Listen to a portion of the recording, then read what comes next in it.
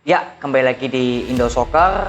Setelah kemarin kita banyak bahas preview atau prediksi skor dari Liga Indonesia, kali ini aku mau bahas atau prediksi skor dari kualifikasi Piala Dunia Eropa. Ya, jadi memang banyak pertandingan ya kemarin kualifikasi Piala Dunia Eropa, Asia. Tapi kenapa saya nggak bahas? Karena saya sudah mempelajari banyak sekali pertandingan yang datanya ini susah untuk saya prediksi, kebanyakan imbang gitu loh. Jadi saya nyari untuk pertandingan-pertandingan mana nih yang seru, dan saya sudah menemukan untuk pertandingan yang menurut saya bakalan bisa di preview dan diprediksi skornya berapa ya. Oke, jadi ini aku mau bahas dari kualifikasi Piala Dunia Eropa, dan aku mau bahas itu pertandingan antara Swedia melawan Yunani. Kenapa saya ingin bahas pertandingan ini? Ya, karena Swedia dan Yunani sama-sama masih ada harapan untuk lolos ke putaran berikutnya di Piala Dunia ini.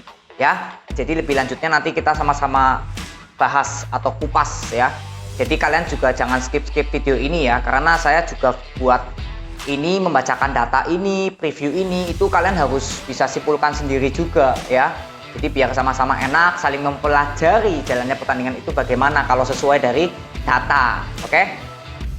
Swedia Yunani ini bermain hari Selasa tanggal 12, itu bermain jam 01.45 ya, dan disiarkan di Mola TV ini. Kalau ini di Mola TV, disiarkannya di Mola TV ya. Kalau TV lokal nggak tahu disiarkan nggak. Tapi pertandingan ini itu menjadi sangat-sangat penting untuk kedua tim ini, karena itulah yang tadi saya katakan bahwa dia sama-sama masih ada harapan lolos ke putaran Piala Dunia gitu. Ya, kita bahas dari Swedia dulu selaku tim tuan rumah. Swedia ini sekarang di peringkat kedua, sedangkan Yunani sekarang di peringkat ketiga ya. Dan Swedia dari 5 pertandingan itu sudah 4 kali menang dan hanya 1 kali kalah ya. Dari 5 pertandingan itu berhasil mencetak 10 gol dan hanya kemasukan 3 gol. Jadi plus 7 agregat golnya, poinnya 12 ya. Nah ini, lalu Yunani di peringkat ketiga di bawahnya persis, itu dari 5 kali bermain itu sudah mencetak 2 kemenangan dan 3 kali hasil imbang dan 0 kekalahan ya. Jadi belum pernah kalah ini tim. Salah satu di grup B ini yang belum pernah kalah hanya Yunani nih ya, tapi imbangnya 3 kali.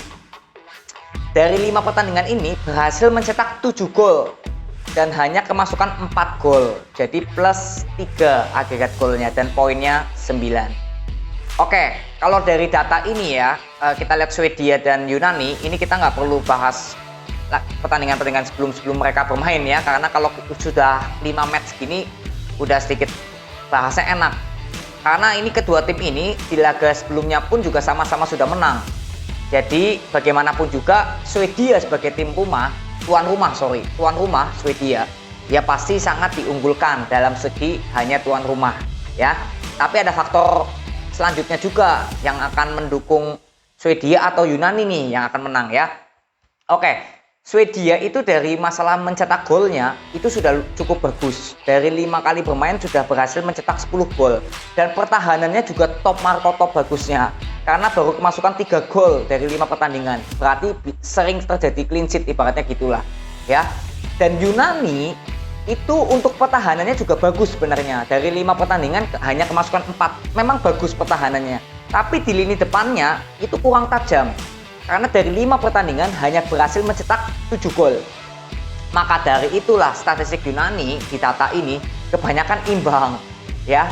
Kebanyakan imbang tapi nggak pernah kalah. Karena apa? Yaitu dari data ini terlihat bahwa Yunani di pertahanannya bagus, tapi di lini depannya sedikit tumpul. Nah makanya banyak terjadi hasil imbang.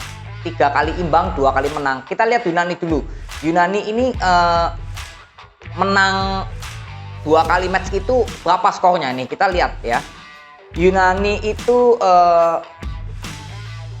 kita lihat dulu sebentar. Oke.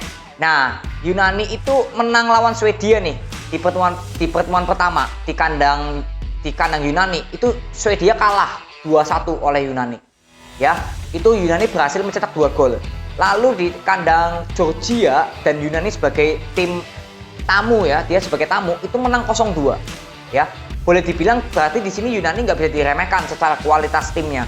Karena kita tahu bahwa Yunani di laga-laga sebelumnya itu ya, sebelum melawan Swedia itu yang Swedia kalah 2-1, itu Yunani imbang-imbang semua, 1-1 lawan Spanyol, 1-1 lawan Georgia, lalu lawan Kosovo 1-1. Ya ini menarik, lawan Kosovo bisa 1-1. Tapi di laga sebelumnya dengan 2 kali kemenangan secara beruntun, Yunani ini dia berhasil menang lawan Swedia 2-1 dan lawan Georgia 0-2 di kandang Georgia. Berarti tandanya Yunani sedang naik. Dalam melihat statistik datanya ini sedang naik. Lalu kalau dari Swedia bagaimana? Oke, Swedia ini kemarin habis menang.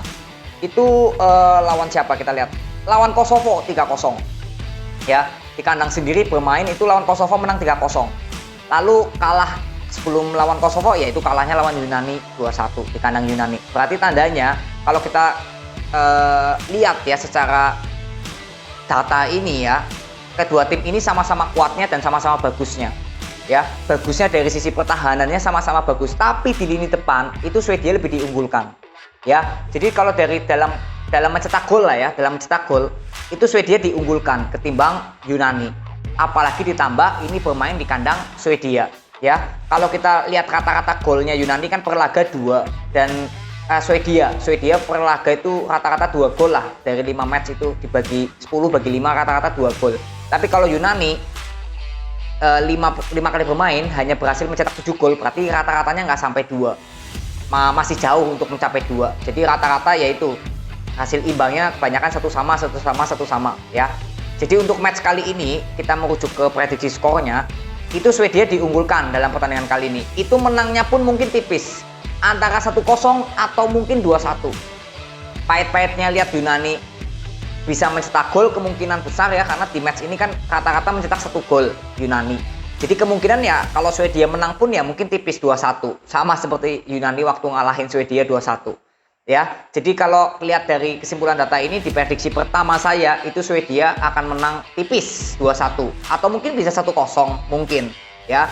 Tapi kalau selisih 2 gol Swedia bisa juga, tapi sedikit sulit kayaknya karena kita lihat pertahanannya Yunani ini juga sebenarnya juga bagus. Sebaliknya juga Swedia juga bagus.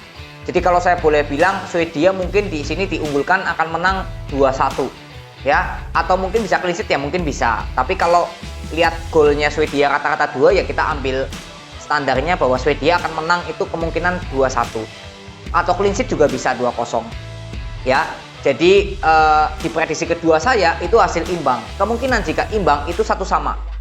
Kenapa saya nggak bilang 2-2? Ya kembali lagi ini di kandang Swedia ya.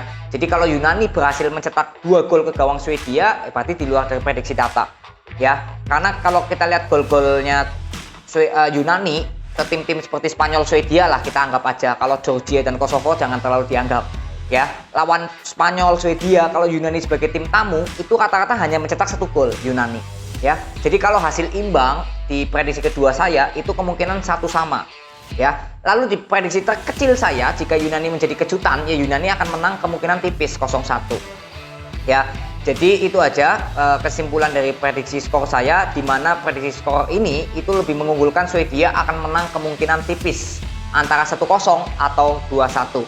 Kalau lebih dari 3 gol saya kira harusnya dari data ini ya, lebih dari 3 gol harusnya nggak terjadi ya, maksimal 3 lah harusnya kalau lihat dari kedua tim ini datanya ya. Jadi itu aja hasilnya, bahwa Swedia harusnya bisa menang 2-1 atau mungkin bisa clean sheet ya, mungkin bisa ya, tapi harusnya nggak melebihi dari 3 gol jumlah kedua tim ini ya.